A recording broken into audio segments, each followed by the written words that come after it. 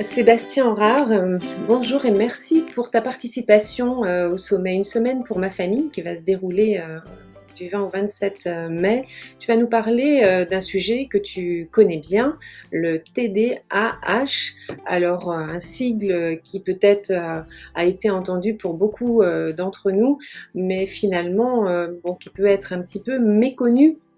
Alors, pour commencer, comment est-ce qu'on pourrait définir le TDAH rapidement?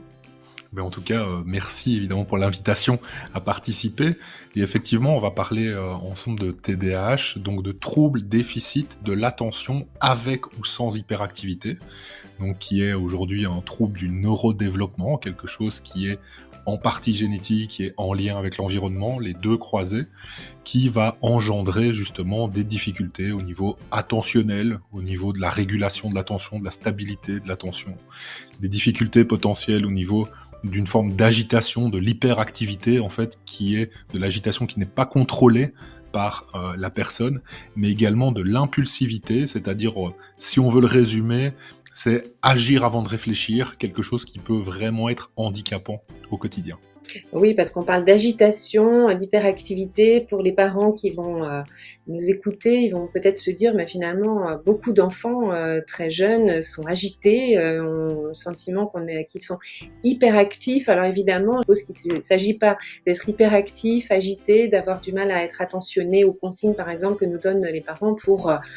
avoir un TDAH. Tu vas justement dans cette conférence nous expliquer en quoi on peut se poser la question, par exemple pour un parent, de la question du TDAH. En fait, il faut bien le voir effectivement comme des critères de diagnostic. C'est-à-dire qu'aujourd'hui, c'est reconnu comme un diagnostic en santé mentale, avec des critères qui sont relativement cadrés, même s'ils sont discutables à certains moments, mais qui nous permettent quand même d'avoir une vision globale. Et effectivement, comme tu le dis, ce n'est pas qu'une question de avoir des problèmes d'attention ou juste d'être agité, mais d'avoir quand même une grande quantité de symptômes d'inattention et ou d'hyperactivité, d'impulsivité, qui sont présents depuis au moins 6 mois, qui ont été présents avant l'âge de 12 ans, qui sont aussi présents dans différents milieux. Ce n'est pas quelque chose qui est spécifique à un milieu en particulier. Il faut que les symptômes soient présents dans différents milieux, comme l'école, la maison, les environnements externes également, comme le sport par exemple. Et surtout, ce qui est vraiment important, c'est qu'à la différence potentiellement de quelqu'un qui peut juste être,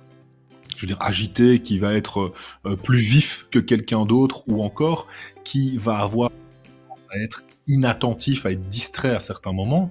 c'est cette grande question de à quel point ça pose problème dans la vie quotidienne. C'est tout ce qu'on appelle le retentissement fonctionnel, et ce retentissement, il est excessivement important pour marquer la question de la pathologie du trouble, en fait. En plus, le dernier critère qui est important, c'est le fait que on doit travailler, on doit analyser les choses pour que, justement, rien d'autre n'explique mieux ce type de comportement que le cadre de TDAH. Et justement, Oui. dans la conférence que tu vas animer, tu vas donner beaucoup d'éléments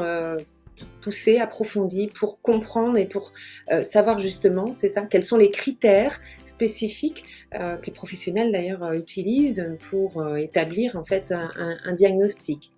Mmh mh. Oui, l'objectif vraiment, ça va être de pouvoir le définir de manière extrêmement précise au final, d'aborder effectivement les critères de diagnostic et de rappeler, j'irai même plus loin, ce n'est pas l'affaire que d'un seul professionnel, c'est vraiment l'affaire d'une équipe de professionnels pour s'assurer quand même des difficultés qu'on va rencontrer dans différents milieux, encore une fois, puisque au final, quand on va interroger les parents, ils vont faire partie de l'équipe, quand on va interroger les enseignants, ils vont faire partie de l'équipe, quand on va interroger le patient également, mais aussi différents types de professionnels, que ce soit des psychologues, des orthophonistes, des psychomotriciens, et aussi des médecins qui eux-mêmes poseront le diagnostic au final. Oui, je pense qu'une conférence qui pourrait intéresser bien sûr les parents concernés, mais finalement, comme tu viens de le souligner, les professionnels qui sont autour de l'enfant ou de l'adolescent concerné. Alors,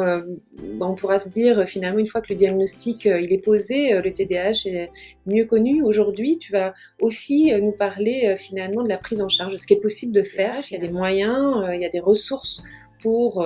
pouvoir accompagner l'enfant concerné par le TDAH.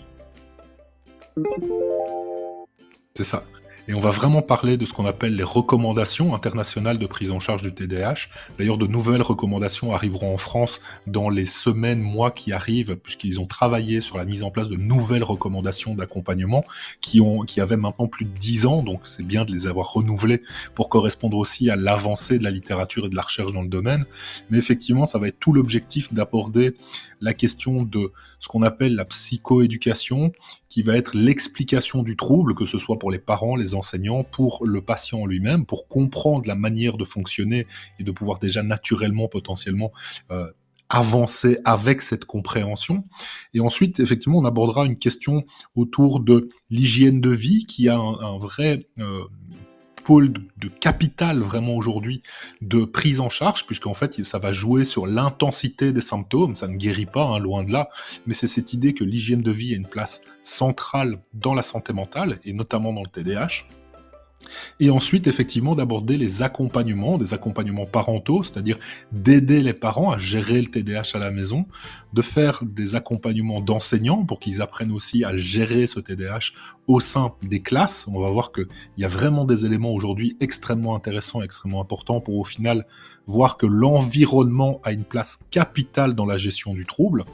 Et ensuite, de parler évidemment de la question. Alors, de manière, je vais dire, je suis pas médecin, donc je vais pas pouvoir aborder la question de manière extrêmement approfondie, mais je pense que la question de la médication est quelque chose dont on parle énormément et qui parfois est extrêmement mal interprété, que ce soit sur les réseaux sociaux, médiatiquement et ainsi de suite, et qui donne pas mal lieu à des croyances pour le coup, mais également de toutes les prises en charge qui peuvent justement gérer les retentissements, c'est-à-dire ce que le TDAH entraîne comme difficulté dans la vie quotidienne, comme par exemple des aménagements scolaires, des aspects thérapeutiques aussi pour apprendre à gérer son propre trouble et trouver les compensations nécessaires dans la vie quotidienne. Oui, ce sera tout l'intérêt également de prendre aussi à la fin de cette conférence les questions des participants et qui,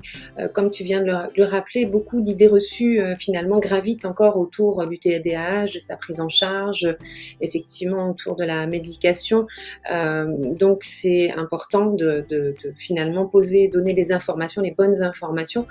Alors, si vous êtes parent et que vous êtes concerné, vous avez déjà un enfant qui est diagnostiqué, ou alors vous avez des fortes présomptions de la présence d'un TDAH, ou peut-être même que vous êtes professionnel, et puis vous vous intéressez à cette question-là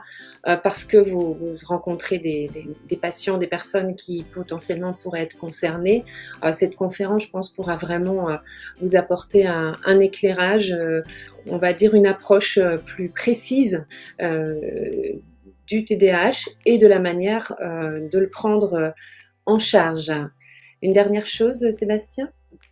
En tout cas, je suis très heureux de participer et j'ai hâte justement de pouvoir échanger avec les personnes qui seront présentes et d'essayer, au mieux que je peux en tout cas, de répondre au maximum de questions des personnes présentes. Merci encore pour ta participation et à très bientôt.